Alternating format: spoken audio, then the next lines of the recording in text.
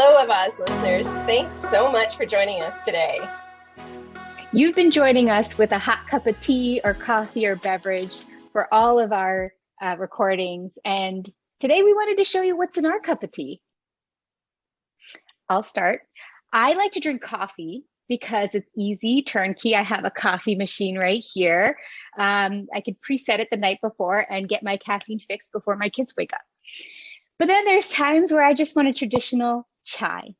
I'm from the state of Gujarat, and there we call it cha. And coincidentally, it is my older son's first word because grandma used to bring cha over every day, and he learned how to say that first. So it's that integrated into our home and our culture. So I'll show you how to do it, and it's a two-part step, and then we'll turn it to Seema in a bit. I have some water boiling, just the amount of chai I want to drink. To it, I'll add some black tea, a few scoops of this, depending on how strong you want it. And I'll add some chai masala, which is a combination of spice blend. It is some cardamom, it is cinnamon and clove. It has a really rich, bold flavor. And because I'm Gujarati, I love my ginger. So this is just ginger root. It's washed and dried and just grated over. And we just let it boil. We bring it to a roiling boil and have it almost top over. And then you bring it back down to a simmer for a little bit longer. Seema, what do you do for your drink? Well, I am not a caffeine person. Somehow I've just made it through, and I really mostly just drink a lot of water. However, I do enjoy some tea time with my kids and my husband, although he doesn't really drink tea. And when I do that, I actually like to make my own blend of an herbal tea. So for that, I'm going to start with some water as well. And again, I don't really measure it. I just put in enough for a few cups. As I turn on the oven to get that boiling, there are a few key ingredients that I like in my tea. One of them is lemongrass. And I recently discovered you can get frozen grated lemongrass, which is fabulous because it really helps reduce some of the food waste of not getting to use it all while I'd like. So I'm going to reach back and grab a spoon and drop a little of that in. I also like to use some of the same aromatics that you mentioned for your tea. So I'm going to drop in some ginger, but I'm just going to take a whole chunk. It's already washed. Drop it in as well. I'm going to make a little blend myself. So some cardamom seeds. They're already pre-seeded. Drop a little bit of that in. I'm going to do 2 cloves. And I really enjoy fennel, also very aromatic. Drop in about a handful. I'm just going to give it a quick grate. Just to release some of those extra flavors. And the smells. It's just going to brighten up your whole kitchen. Yes. I also typically put in some cinnamon, and I forgot to grab some of that. So today we're going to skip the cinnamon, but I like to throw in just a portion of a stick of fresh cinnamon, and I will let this come to a boil. I'll start to see that it gets a little bit yellowish green. I will strain it and enjoy my cup of herbal tea. Oh, that sounds delicious.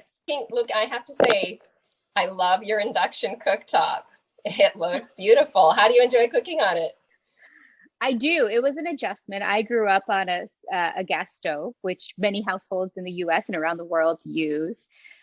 This induction, I can't take credit for. It came with the house, but I understand the benefits of using an electric stovetop, especially for indoor air quality. If you want to learn more about it, check out our recording with Brady Seals from RMI. She'll tell you all about the benefits of electric cooktop.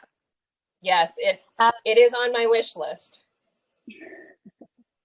So this is coming to a boil. It's still kind of rolling.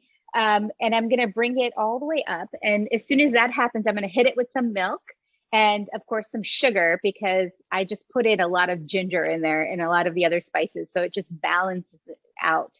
Gujaratis are known for their spice and their heat, as well as the sweetness of it. So it's a very nice canceling out type beverage that'll definitely waken up all your senses, clear out your sinuses, and really get you going and moving. So let me ask you, when you add in your milk, do you bring it back to a boil?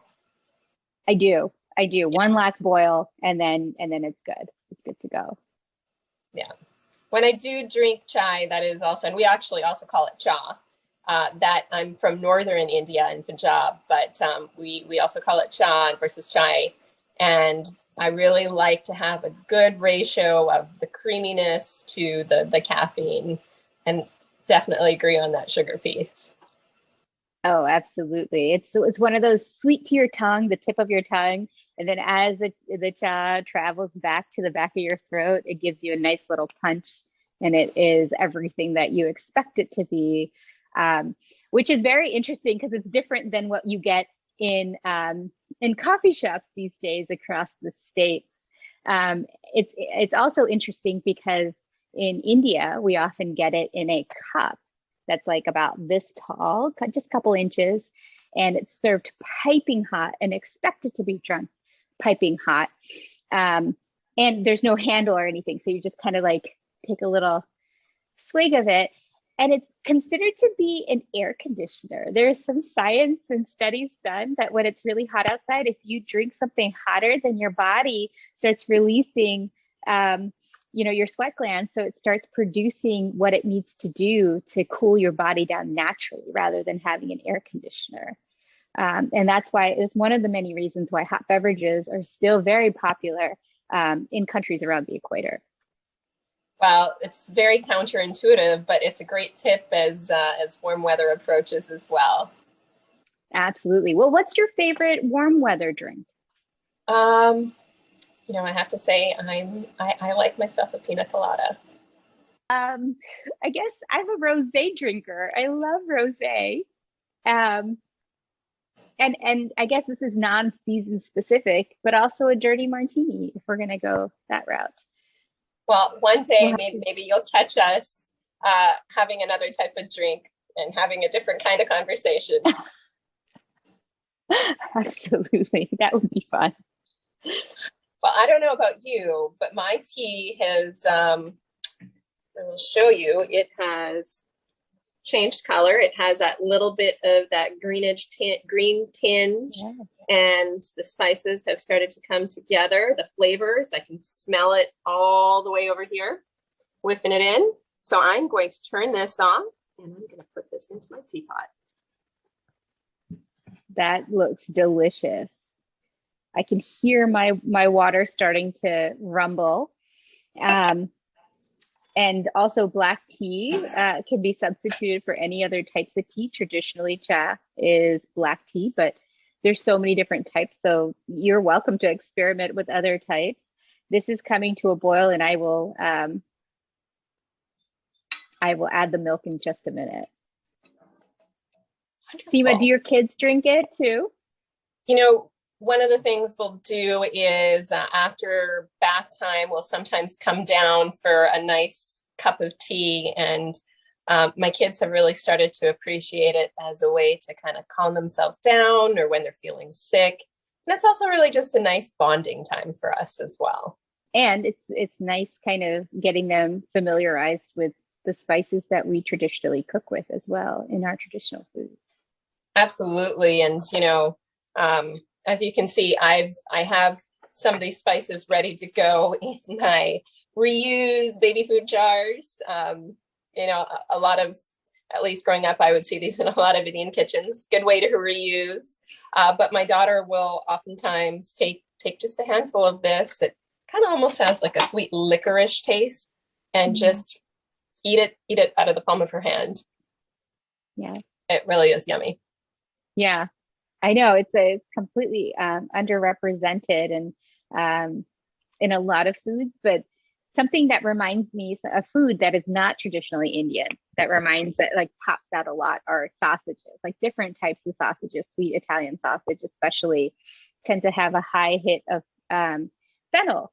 And interesting, it's savory, right? So you don't associate it with the sweet, the more delicate flavor that it can be. So when paired with a little bit more sweet type of aromatic flavors, it completely transforms what your perception of that seed is. Absolutely. I'm going to grab myself my little teacup, and as I enjoy this with the kids, we typically will do it in small little cups. And so today I'm going to pick this little pretty pink one. So when you see me drinking tea, most often it is going to be just multiple small servings in a little cup. I love it. I love it. Just like we do back in India. Okay, this is coming to a boil. So I'm going to add some milk and let it continue to roll. And so now you see why I don't do this in the morning. I need my caffeine fix first thing in the morning. If you're anything like me, milk is completely to taste. I've learned there's so many different ways and measures for doing milk. I just like it to give this caramel color, and that's where I live with my cha. And of course, I have these Indian canisters that everyone seems to have in every household. So a little bout of sugar, again, completely to taste. And Gujaratis are known for their diabetes. So sometimes it's Splenda or stevia or agave. So use whatever sweetener you're used to using, whatever is in your kitchen, and that it tastes just as good. Let me ask you one other question along the same lines. Have you, is it possible to use a dairy alternative? Oh, absolutely. I have used soy milk and oat milk as well. And it tastes creamier. With oat milk, it's a little bit heavier, so it tastes creamier. And with soy milk, I tend to use a little bit more just to get to that caramel color that I like. Yeah. My husband, who's a coffee drinker, will often do his tea with flaxseed milk. So another one to maybe try. Yeah, absolutely. So this is back to a boil. If you like your tea really, really strong, you would just let it brew a little bit longer. If you are using it as a pick-me-up in the afternoon, this is probably all you need. So I'm going to turn off my heat. And if this was for more company, I would probably put it into a beautiful teapot like Seema has, but I'm just going to pour it straight into my cup, and with a small little strainer, and that's it. That is chai.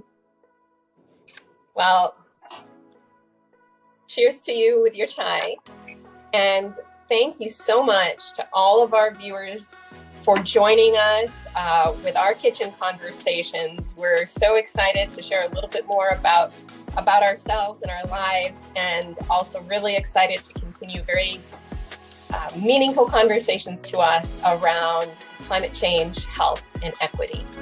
So until next time, have a great day, everybody.